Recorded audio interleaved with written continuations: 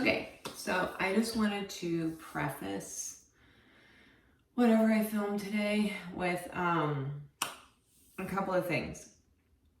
So I'm going to be working on tile in a bathroom that's almost done, but the kids in that house are home on Thanksgiving break, so I probably won't be doing any talking.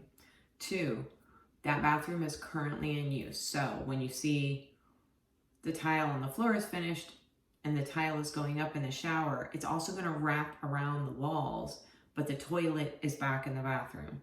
It's back in because the kids need it. I had to rush through doing all the work I needed to do with the subfloor, then closing it up, waterproofing, because I added a secondary drain right outside the shower. So basically wherever they step out of the shower, there is a drain. The reason for ripping apart that bathroom, and I feel like I've mentioned this before, was because they flooded it. They flooded it so badly because I don't know if they weren't bringing towels in or what was happening, but one day I was over working on something in the kitchen. I was working on the kitchen sink, maybe the dishwasher. It was with the kitchen sink area.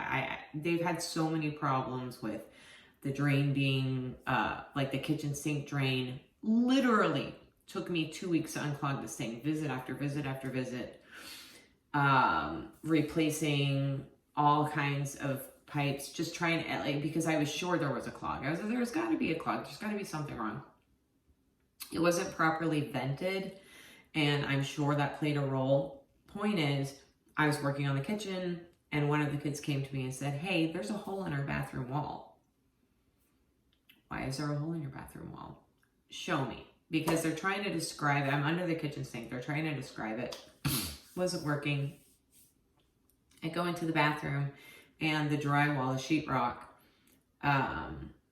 has a hole in it. And it was the kind of hole where if the sheetrock has gotten very damp, absorbed a lot of water, all you would have to do is push against it or bump into it, and it would just break inward.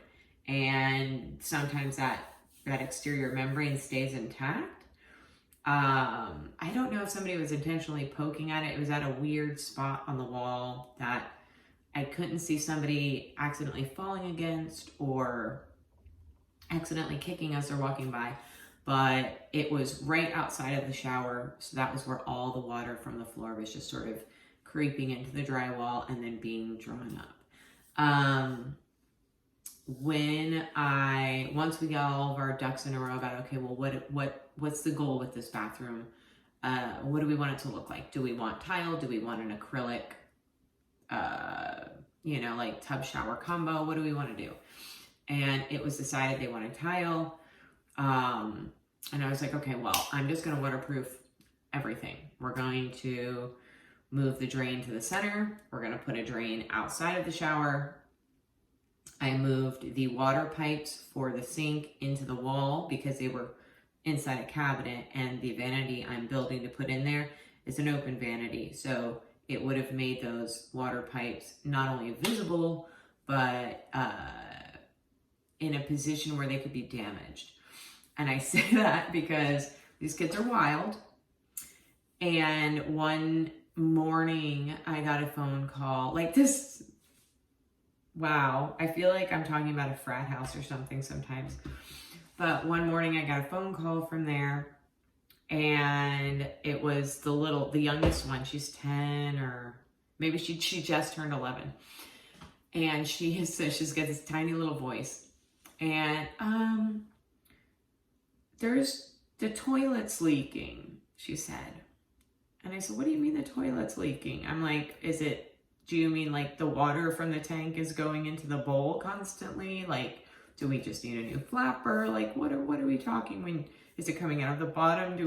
And it wasn't an old toilet. It was, I don't know if it's called the Max Force or whatever. It was one of the nice ones. Nicer we had replaced. I had installed not that long before. But she says it's leaking. So I'm knowing it's not, it can't be the wax ring.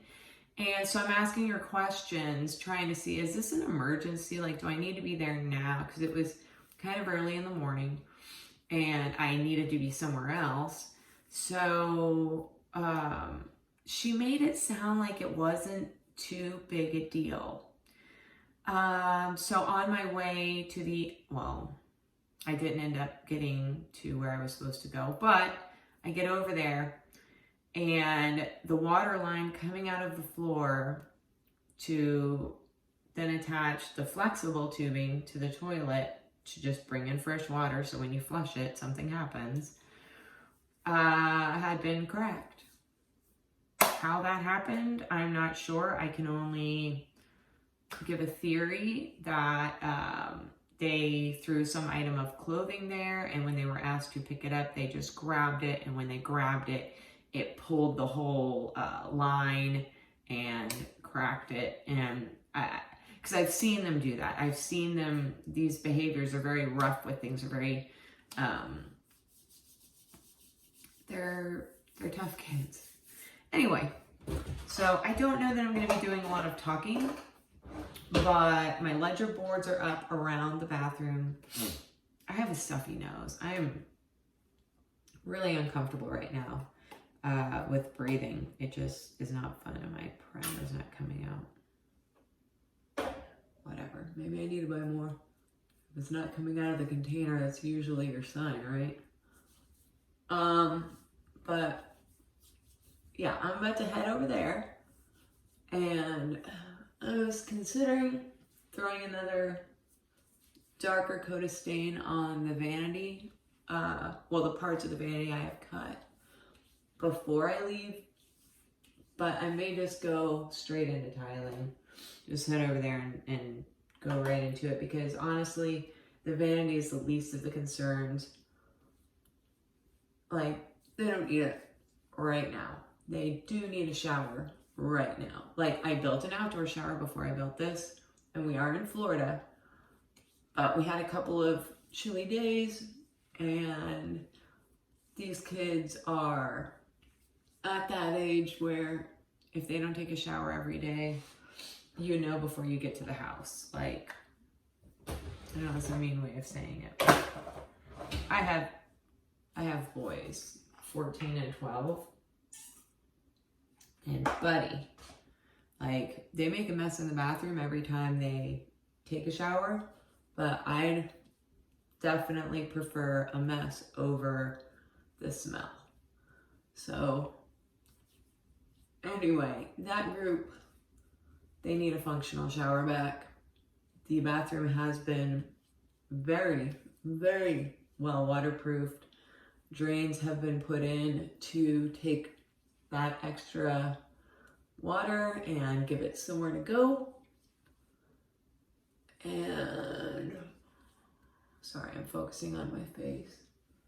Yes, I'm spending a lot of time lately on my face, which is very unlike me. But I've noticed since moving to this area, I'm doing a lot of things that are very unlike me. I never, ever, ever, ever, ever, ever would drink before I moved up here. And now I typically end my day with a beer. At least one, sometimes two, never more than two. But it has crossed my mind a few times, how long does it take before the two isn't enough? That's what, so like I often just go back to one. Just something to, at the end of the day, okay, hey, if you see this in my hand, I'm off the clock. You can't make me drive anywhere. Ha ha ha ha ha. Because that's kind of how it started. It was, every time I'd get home, my oldest would come up with some, oh, we need to go do this, or we need to go do that. And it was always crap that we didn't need to do. We had already been out, and things should have been handled then. And I tried, sorry, running water. I tried teaching him that if you need to handle things, if you need to get things done, and they can be accomplished while you are already out, do it. Get things done then. Plan ahead. Plan ahead. That is what I do. That is what I have done pretty much my entire life. If it can be planned ahead of time, I do. I get it. Things come up. Kids forget, oh crap, I have a project that's due and I need a poster board. Fine, we'll go get the poster board. But the main thing is every night I am not going to come home from work, jump back in my car and go out and do whatever.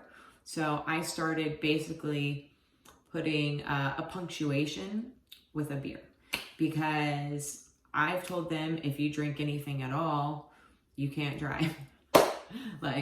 So if they see a beer in my hand, I'm not allowed to drive. And I'd rather them think that than the alternative of, oh, well, if you've only had one beer, you can go drive. Because yeah, I know, technically, depending on your weight and your metabolism and this, that, and the other, you could have a beer or two or three and chill for a little bit and then drive safely. Me, with sleeping issues, I'm already in that gray area of should I be driving sometimes. And when I'm in that gray area, I make sure I let people know. I'm like, hey, is there any way that these kids can get another ride to school so I'm not involved in this, because I am not safe. And I remember one night being really tired driving home, and I look up, I was coming from Gainesville, so it was like an hour drive on the highway. And I look up and there's a sign by DOT lit up that says, what was it? Drowsy driving is unsafe driving, something to that effect. And I'm like, yeah, it is. And I think I ended up shortly after that pulling into a parking lot and taking a nap, which is something I am famous for at this point. I have been publicly embarrassed for that. But I'd rather be publicly embarrassed than in a wrapped up mess of metal on the side of the road. Okay, Kyle.